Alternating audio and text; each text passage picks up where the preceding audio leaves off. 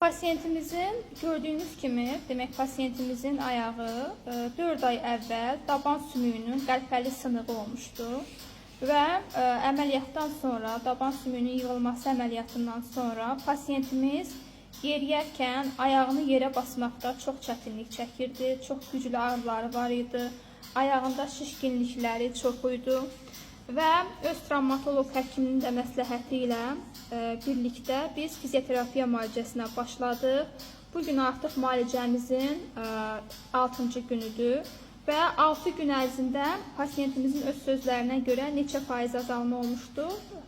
90%-ə qədər ağrılarında azalma var. Artıq özü ayağını rahat yerə basa bilir.